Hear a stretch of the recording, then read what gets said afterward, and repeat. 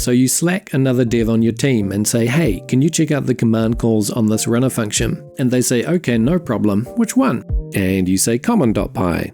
And they're like, hey, I looked, but I can't find the file, which repo are you in? And so you go look in GitHub, and much later, they finally get the code and they need more details. You're like, hold on pal, I'll just make a gist. And this back and forth goes on and on a million times a day before you even touch a line of code.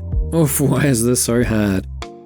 So let's stop right there because there's an extension called CodeLink for VS Code and JetBrains IDEs and it'll save you a ton of time. CodeLinks are magical. In one click, they check out the repo, commit, and open your editor with the file and specific lines of code. You can easily make a CodeLink in your IDE, and when you share your CodeLink, you'll see the code context with the conversation and be able to open the exact lines of code in your editor. CodeLink gives you an organized record of the code you've shared, so you can always find your way back to all your conversations. You can have better code communication. Try it free at codelink.dev.